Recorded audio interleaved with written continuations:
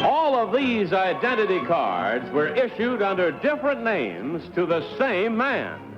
He was the most highly decorated member of the Norwegian resistance during World War II. And his real name is Gunnar Songsteby. What is your name, please? My name is Gunnar Songsteby. My name is Gunnar Songsteby. My name is Gunnar Songsteby.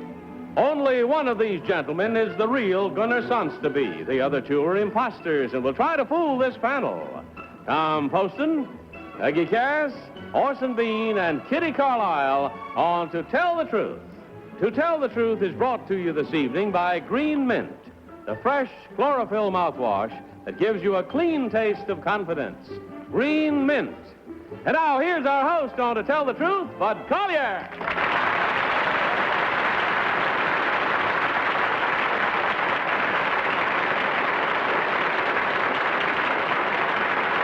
Thank you very much. Welcome again to Tell the Truth. Good evening. Very good. Ah, you're beautiful. Ah, thank you. The color won't last, but the spirit will, believe me. It's a great pleasure for me to be sitting in for Robert Q. Lewis for the next 49 weeks. I want to thank Bob for his usual wonderful job, and if he hadn't done it for me, I wouldn't have been able to get away for this marvelous vacation. So, Bob, thank you very much. Open your envelope panel, if you will, and follow along as I read. I, Gunnar Songsteby, was a key figure in the resistance movement in Nazi-occupied Norway during World War II. Known simply as Number 24, I kept one jump ahead of the Gestapo by using dozens of different identity cards and aliases. The Nazis put a price on my head of $50,000, and for a number of good reasons.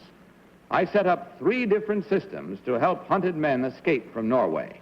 I created a supply house in Oslo, which furnished other anti-Nazi agents with dynamite, two-way radios, food, and forged credentials.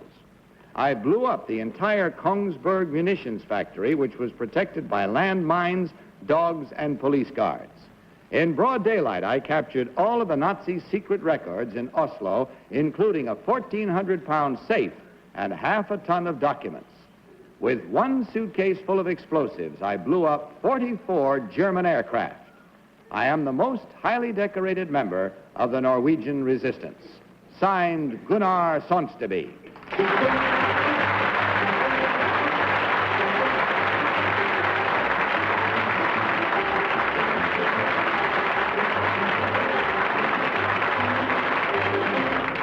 These 3 gentlemen all claim to be Gunnar Songsteby, and we'll start the questioning with Kitty Carlisle. Thank you, Bud. This is such a remarkable story, and I'm so pleased to meet you, whoever you are. I hardly know where to start.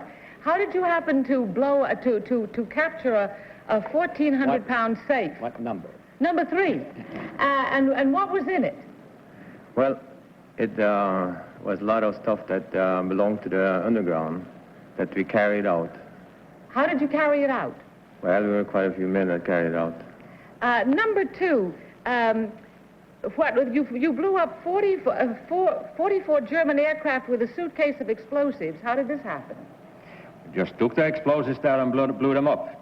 One by one? No, all at the same time. All at the same time. Number 1, where did you get the training for this? Well, we got a little training over in England, and we had a little practice in Norway. Tom Poston. I think it's sensational. Number 1, do you remember cases where there were members of your organization which pretended to work with the Nazis? Oh, yes, we had a few. Now, number 2, what was the greatest danger that these gentlemen were under at all times? The greatest danger was that the Norwegians working with the Nazis would recognize us. Oh, you mean, well, no, I'm talking about the people. Number 3, for instance, men of your organization who pretended to be working with the Nazis were under great danger. What was that? Why they were under great danger? Yes. Well, because the Nazis had a good underground working too. Oh, yeah? Well, that's... Peggy Cass. Number 1, how did you get into that place where they had that 1,400-pound safe, a whole bunch of you? Must have been quite a few to lift that big safe. Did you wear Nazi uniforms? No, but we had helpers within the Nazi movement, which helped us. I see, double agents. Yes, that's right.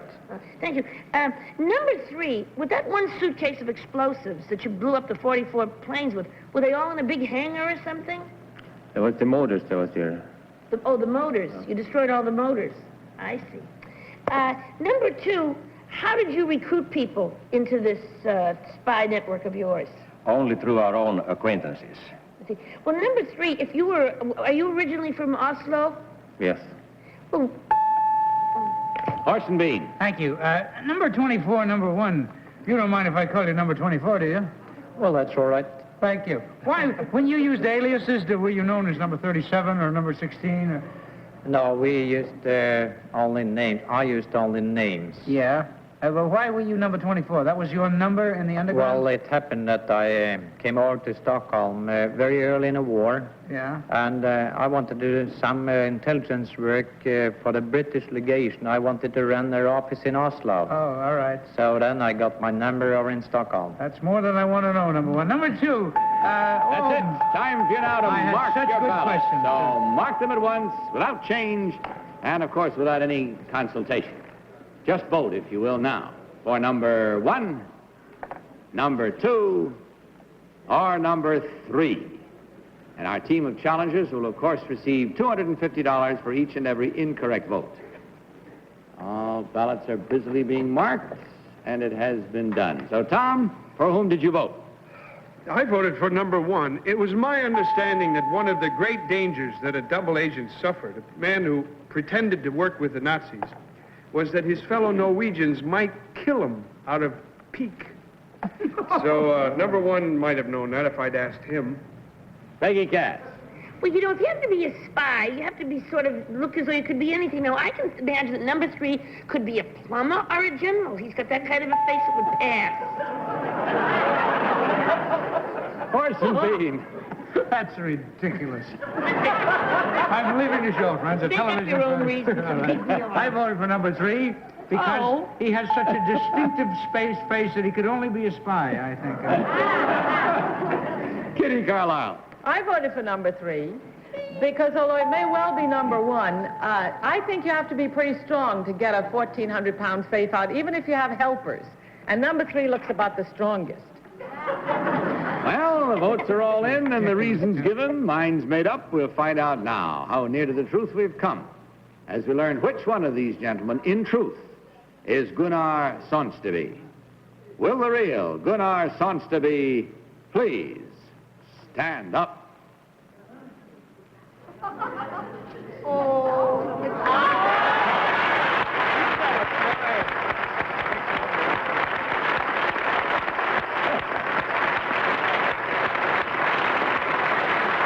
Thank you, sir. Thank you very much. You may be seated, and may I tell you, as you are resuming your seat, that I, along with the panel, are very proud to know you, because it's a tremendous contribution to the peace of the world that you made. I only wish we could have preserved it. Incidentally, Gunnar Songsteby has told of his exploits in the Norwegian resistance in a recently published book called Report from Number 24. We wish you every success with that, sir. Number 2, what is your real name and what do you really do? My name is Herman Ramo, and I'm director of the Finnish National Travel Office in New York.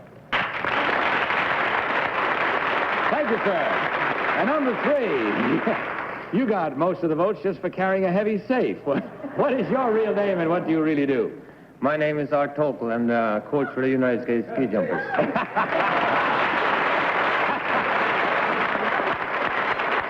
That's right. Checking the score, we find you did very well. There were 3 incorrect votes, $250 each, $750 coming your way, gentlemen, and our sincere thanks for that wonderful story. Good night, and God bless you.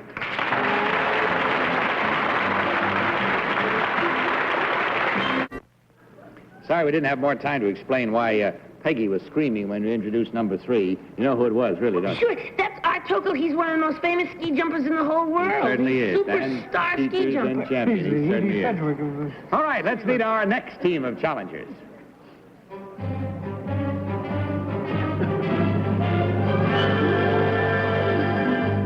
What is your name, please? My name is Georgia McGuire.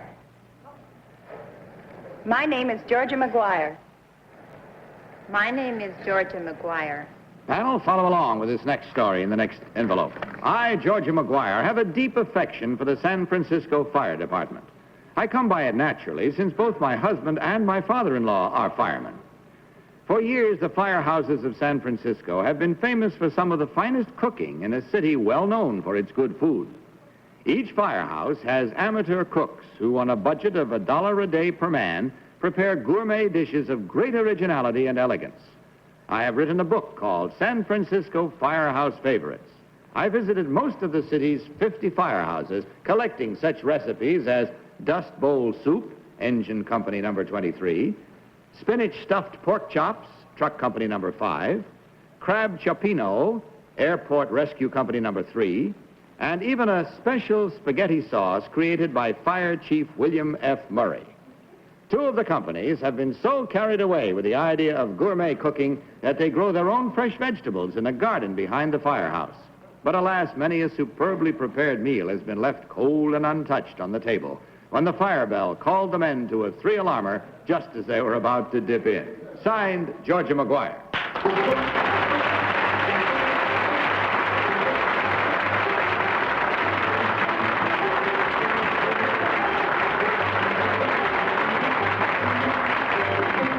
These three ladies all claim to be Georgia McGuire. Would start the cross-examination this time with Orson Bean. Orson? Thank you. Georgia McGuire, number 1. Georgia McGuire is a great name, Georgia McGuire. Georgia McGuire is the kind of a name that would be the kind of a girl that you'd want to take camping or something, you know. Just a small pup tent for 2, perhaps. Number 1, I think it's wonderful that the firemen do such things to pass the hours away. Is there any truly great gourmet cook among the San Francisco firemen? Well, I couldn't pick out one. There are many great cooks among the firemen. Number 3, tell me a gourmet cook that comes to your mind. There must be someone like Crab Chopino. That sounds like a crook in the Roaring Twenties, but it's a dish, I take it. Yes, it is. That's cooked by a fireman. It's a delicious fish stew. Yeah. Well, number 2, why would... number 2, I'll ask you later. Come to my house Good. for fried egg sandwiches. I'll remember that. Kitty Carlisle. Number 2, why is it only $1 a day for the budget? Well, this money comes out of the firemen's own pockets, I see. and they're very frugal. Number 3, do other firehouses in other cities have this tradition? I believe some of them do, yes. Number 1, where did it start? Why did it start in San Francisco, and when? It started around the turn of the century. Thank you. Number 3, what is Dust Bowl Soup? It's a very delicious, savory soup with a pea and bean base. Number 2, how often do they leave their meals untouched? You mean percentage-wise? Yeah, about. Gee, I really couldn't tell you percentage-wise how many times. Thank you. Did Mr. Chopino invent the Chopino thing? No, he invented Tom Poston. Tom? Lovely soup, tasty, and I'd like to know something. Number 3, are outsiders allowed to sample these delicacies?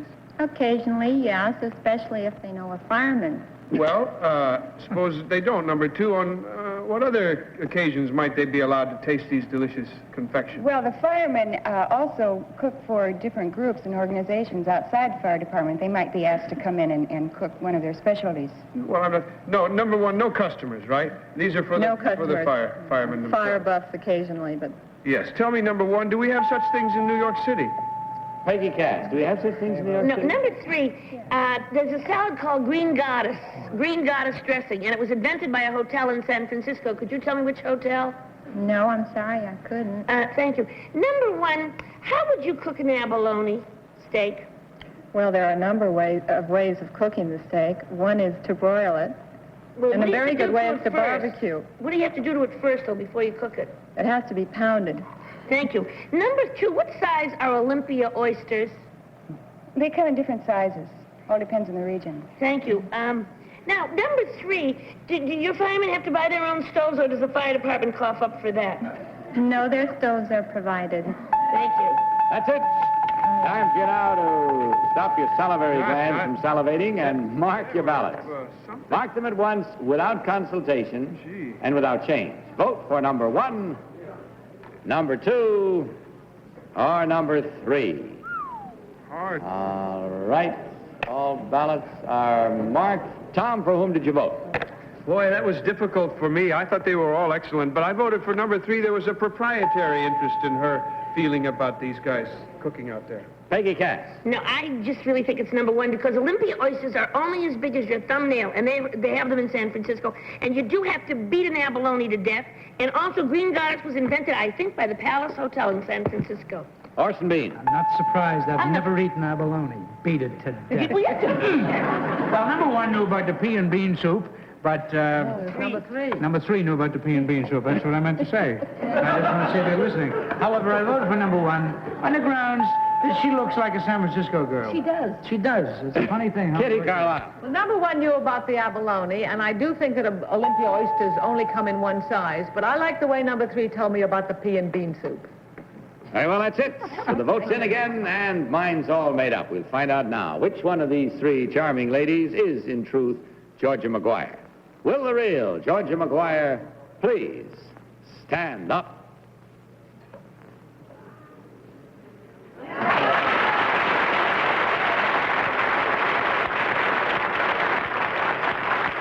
Thank you very much. Success with your book. Number 1, you got half of the votes. What is your real name and what do you really do? My name is Kathy McKeady, and I live in New York, and I'm a secretary here.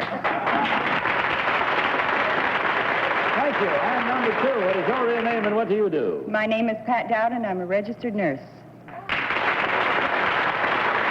Checking the score, we find you did well. That's a 50% fooling job, and that's good with this panel. That's twice $250, grand total $500, ladies. Find happy bargains with them, and thank you for bringing such a nice one to us. Good night, and God bless you.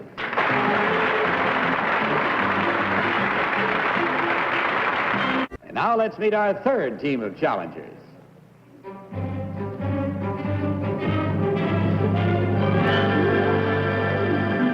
What is your name, please? My name is Alexandra Leonard. My name is Alexandra Leonard. My name is Alexandra Leonard. Follow along again with your copies of this one, if you will, panel. I, Alexander Leonard, have worked as a teacher, poet, physician, tourist guide, and translator. Since I speak 14 languages, I was assigned in 1943 to teach English to some Italian partisans. The simplest book in English was the famous children's story, Winnie the Pooh. After the war, I emigrated to Brazil, where I now live in a remote region as a gentleman farmer and writer. With time on my hands, I remembered Winnie the Pooh with affection. I decided as a lark to translate it into Latin.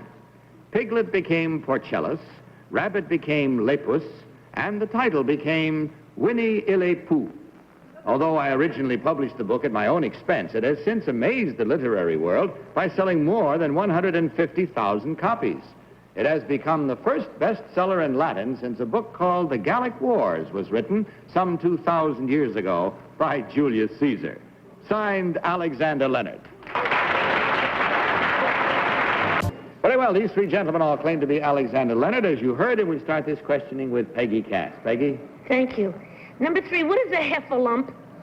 It's only Mr. Milne who could answer this question, but I suppose nobody of us 3. Thank you. Number 1, how did Pooh think he caught a heffalump?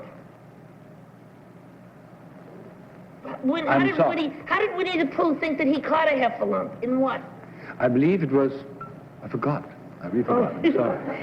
Number 2, what was Eeyore's name in your book? Eeyore? You didn't make that into Latin? No, that's the name that we gave it in Latin. I see. Eeyore, but it is spelled different. I thank you. Number 3, what kind of an animal is Eeyore? Eeyore is a donkey. Thank you. Number 1 is... Orson Bean. Yes, what is the, number 2, what is the smallest character in Winnie the Pooh? The Piglet. Well, Piglet is the smallest major character, and there was a reference made to a tiny, tiny character, number 2. Yes, the daughter of the Kanga. Uh-huh. Roo. Roo, all right. Well, number 1, is there an even smaller character? Minuscule character? There are friends and acquaintances. Yes, all right. Number 3, what happened to Eeyore's house? A question in 2 parts. What was the house made of? Where was it located? And what happened to it? I happen to know that it is in the 2nd volume, which I have never translated. Ah. All right. That tells me, right, number 3? Kitty Carlisle. Number 2, you live in Brazil now. That's right. Who is La Cerda? Who's what? La Cerda. You know someone called La Cerda? Do you, number 3? Yes, he's the ex-governor of Rio and a very doubtful person. Thank you. I'm sorry, I love it. It's fine. You know such interesting people. Number 1. One of her best friends. Where is Minas Gerais? Minas Gerais is a state in Brazil. Thank you. Number 3, you published this thing yourself to start with, Winnie the Pooh. Does anybody publish it now? Yes, it has been published in Sweden, in the United States, Who in in the Britain. United States? Tom Poston. Tom. Number 3, who translated it for publishing in the United States? I did it. I'm just kidding. Number 2, why do you pronounce that Ile Pooh? Why don't you say Il Pooh, which it would be in, for instance, many of the other Romantic languages? No, because in Latin it is pronounced ille. Okay, then I'll ask number 1. How do you pronounce this name of piglet in Latin? Porcellus. Number 2, why a soft C? Why not the Latin hard C? Well, that is debatable. You could call it porcello, but porcello is the accepted pronunciation. That's it. Time to mark your ballots. Mark them swiftly, if you will, please, and accurately, of course. No consultation and no changes once you've marked. Vote now for number 1, number 2, or number 3. All ballots marked? No, I wasn't marked. I tell you, I'm going to mark her for a strange reason, and I don't care if I'm wrong. How do you All right, Tom, for whom did you vote? I voted for number 3 because he knew the name of that dubious person. However, all people he knows may be dubious for all I know. But Peggy Cass. Oh, I voted for number 3 because anybody should really know that Piglet got caught in the honey jar and they thought it was a heffalump. Orson Bean. It was the broken balloon that was in the honey jar. No, it was not. Oh. I voted, they're all great. I'm torn among the 3 of them. However, I voted for 3 because he's an outrage. That's a Latin Roman numeral. Of course it is, yes. Because it's a wonderful thing about the dubious guy, and because he does know quite a lot, and he put me down, and how long have I been sleeping? Kitty Carlisle. I voted for number 3, and I do not intend to comment on my friend La Cerda. Very well, there we have the votes all in, and it's unanimous for number 3. Let's see how close they're flirting with either fame or lack of it. Right now, as we learn which of these 3 gentlemen is, in truth, Alexandra Leonard. Will the real Alexandra Leonard please stand up?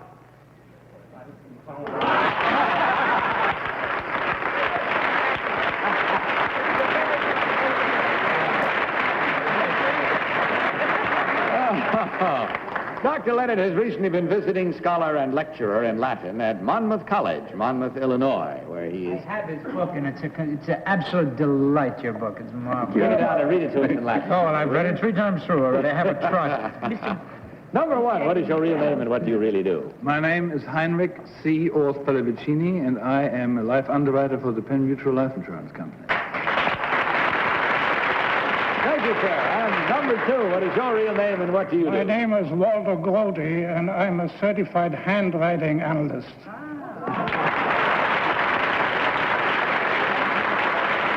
Well, we checked the score and find that for the first time tonight, for the first time in quite a while, somebody really got fooled by the panel. The panel saw through everything and came up with a unanimous vote for the correct one. In that case, with no incorrect votes, there still is $150 coming your way, along with the hopes that you enjoyed it as much as we did. Good night, gentlemen, and God bless you.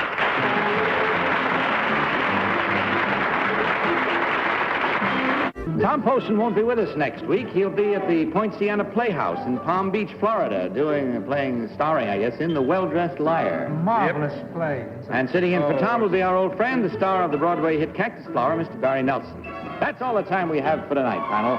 Bless you all and see you then. Don't forget to join us this same time next week, and see us tomorrow afternoon on the daytime show, of course. In the meantime, don't forget to tell the truth. Good night. Edgar Buchanan, star of the hit comedy series Petticoat Junction, and lovely Lee Remick of Broadway and Hollywood fame are waiting in the wings to join Steve Allen and the gang on I've Got a Secret, next. To Tell the Truth has been brought to you by Phillips, Milk of Magnesia. A little Phillips for antacid relief, more for irregularity, regular or mint flavor. Johnny Olson speaking for To Tell the Truth is program pre-recorded.